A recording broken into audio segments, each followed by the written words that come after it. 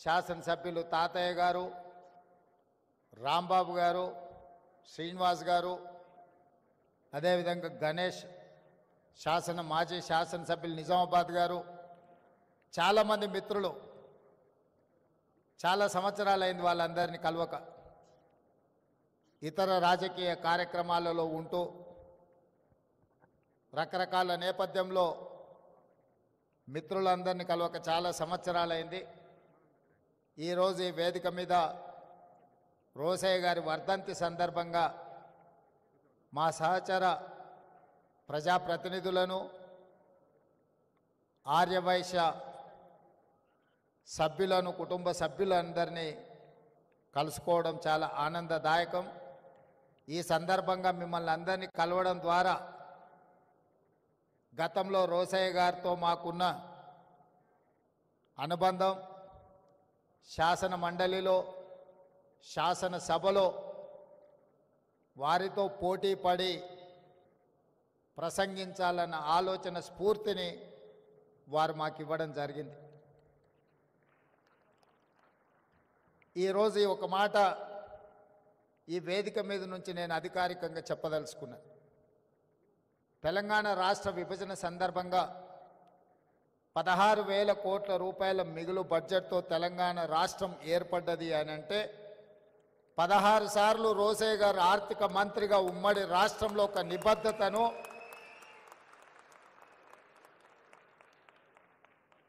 ఆర్థిక పరంగా ఒక క్రమశిక్షణను వారు పాటించారు. కాబట్టే తెలంగాణ రాష్ట్ర ఏర్పాటు సందర్భంగా 16,000 కోట్ల రూపాయలతో మిగులు రాష్ట్రంగా తెలంగాణ రాష్ట్రం అవతరించిందని చెప్పి నేను ఈ సందర్భంగా ఖచ్చితంగా చెప్పదలుచుకున్నా. 2007 సంవత్సరంలో మొట్టమొదటిసారి శాసన మండలిలో నేను ప్రవేశించినప్పుడు, సభలోకి వెళ్ళినప్పుడు ఒక పక్కన చుక్కా రామయ్య గారు, ఇంకొక పక్కన ప్రొఫెసర్ నాగేశ్వర్ గారు, ప్రభుత్వ పక్షాన ఆర్థిక మంత్రిగా రోసయ్య గారిని చూస్తే ఒకలాంటి భయం.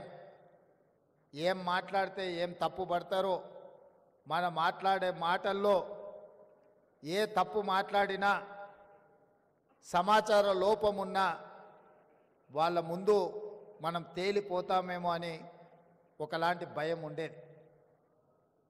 అక్కడి నుండి సాగునీటి పారుదల శాఖకు సంబంధించిన అంశాల మీద రాజీవ్ ఆరోగ్యశ్రీ ప్రవేశపెట్టినప్పుడు, ఆ అంశాల మీద విశ్లేషణ చేసినప్పుడు మొట్టమొదటిసారి రోసయ్య గారు ఆర్థిక మంత్రిగా నన్ను తన చేంబర్లోకి పిలిపించుకొని, ఎక్కడ చదువుకున్నావయ్యా నువ్వు, బాగానే మాట్లాడుతున్నావు, కాకపోతే లైబ్రరీకి వెళ్ళి ఇంకా లోతుగా నువ్వు నేర్చుకోవాల్సిన అవసరం ఉంది.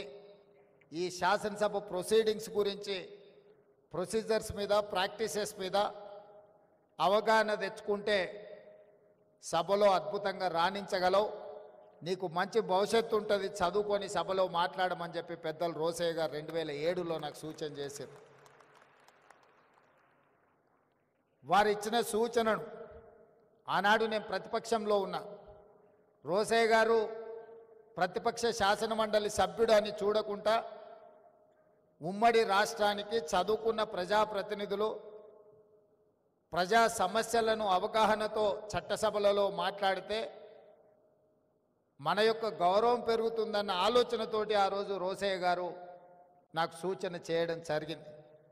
వారి సూచనతో చదువుకొని వారికే ఇబ్బందికరమైన పరిస్థితులు కల్పించే విధంగా శాసన మండలిలోనే మాట్లాడేవాడిని. ఆ మాట అన్నా, సార్ మీరు సూచన చేస్తూ నేను చదువుకొని వస్తే ప్రభుత్వానికి ఇబ్బంది కలిగినప్పుడు, ప్రభుత్వం సమస్యలో ఇరుక్కున్నప్పుడు డాక్టర్ వైఎస్ రాజశేఖర రెడ్డి గారు ఆ సమస్యను పరిష్కరించడానికి మిమ్మల్నే పంపుతాడు కదా, అది మీకు కూడా ఇబ్బంది అవుతుంది కదా అని నేను వారిని అడిగిన.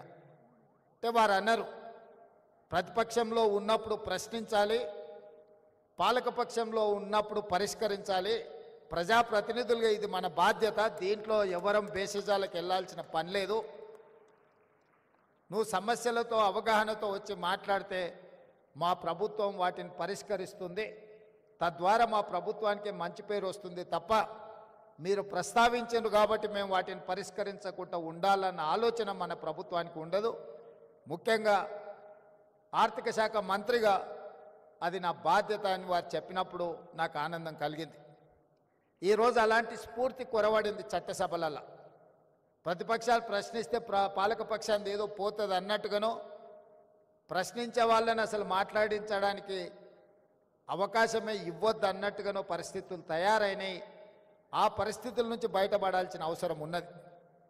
ప్రతిపక్షాలు కూడా రోసయ్య గారు చేసిన సూచన ప్రకారం చదువుకోవడం ద్వారా సమస్యల పట్ల అవగాహనతో కూడుకున్న ప్రసంగాలు చేస్తే అవి సమస్యలను పరిష్కరించడానికే కాకుండా ప్రభుత్వాన్ని ఇరుకున పెట్టడానికి ఉపయోగపడతాయి.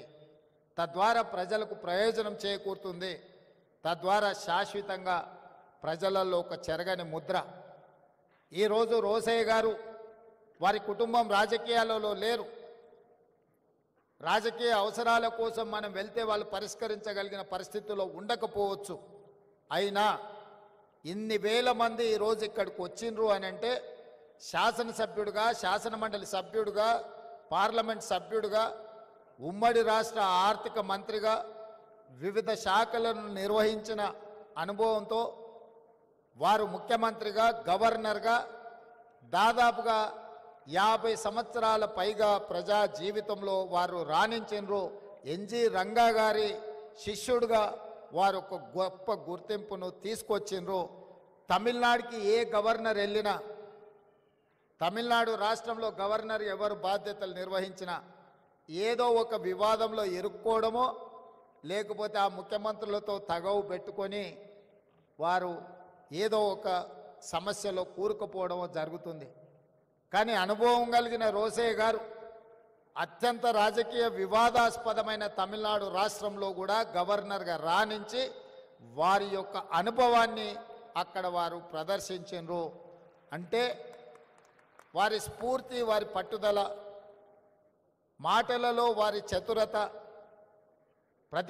పాలకపక్షంలో ఉంటే ప్రతిపక్షాలను ఇరుకునబెట్టడం కానీ, ప్రతిపక్షంలో ఉంటే ఎవరు ముఖ్యమంత్రిగా ఉన్నా వారిని ఇరుకునబెట్టే విధానం మనం నేర్చుకోవాల్సిన అవసరం ఉన్నది. ఈరోజు ముఖ్యమంత్రిగా వారు ఆనాడు మర్రి చెన్నారెడ్డి కావచ్చు, నేదురుమల్లి జనార్దన్ రెడ్డి గారు కావచ్చు, భవనం వెంకట్రామ్ గారు కావచ్చు, అంజయ్య గారు కావచ్చు, లేదా డాక్టర్ వైఎస్ రాజశేఖర రెడ్డి గారు కావచ్చు, వాళ్ళు ప్రశాంతంగా ప్రభుత్వాన్ని నడిపి ముఖ్యమంత్రులుగా వారు అధికారాన్ని చెలాయించిందంటే సమస్యల్ని పరిష్కరించడానికి కుడిభుజంగా రోసయ్య గారు ఉన్నారు కాబట్టి వారు ప్రశాంతంగా ముఖ్యమంత్రులుగా కార్యక్రమాలను నిర్వహించారు. ఈరోజు తెలంగాణ శాసనసభలో రోసయ్య గారు లాంటి వ్యూహాత్మకంగా సమస్యల్ని పరిష్కరించగలిగిన సహచర నాయకులు లేకపోవడం కొట్టొచ్చిన లోటుగా కనిపిస్తుంది. అలాంటి సహచరుడు ఉంటే ముఖ్యమంత్రిగా ఎవరైనా అద్భుతంగా రాణించవచ్చని నేను ప్రగాఢంగా నమ్ముతున్నా. ఎందుకంటే ముఖ్యమంత్రిగా చదువుకొని రాకపోయినా గతం గురించి సంపూర్ణమైన అవగాహనతో, భవిష్యత్తు ప్రణాళికలతో రోసయ్య గారు సిద్ధంగా కూర్చునేవాళ్ళు. మనం విఠలాచార్య సినిమాలో చూసేవాళ్ళం. అక్కడ అగ్గిబాణం వేస్తే ఇటువైపు నుంచి వానబాణం వేసి అగ్గిని ఆర్పే విధంగా ప్రతిపక్షాలు ఎంత ధీటుగా సమస్యల్ని ప్రస్తావించినా రోసయ్య గారు అంతే చతురతతో వాటిని ఎదుర్కొని ప్రభుత్వాన్ని ఎల్లవేళలా కంచె వేసి కాపాడేవాడు. అందుకే ముఖ్యమంత్రులుగా ఎవరున్నా నెంబర్ 2 పొజిషన్ పర్మనెంట్, 1 పొజిషనే మారుతూ ఉండేది. అది విజయభాస్కర్ రెడ్డి అయినా, చెన్నారెడ్డి గారైనా, అంజయ్య గారైనా, భవనం వెంకట్రామైనా, డాక్టర్ వైఎస్ రాజశేఖర రెడ్డి గారైనా, ఇలా 1 పొజిషన్లో పాత్రలు ఎప్పుడూ మారేటివి.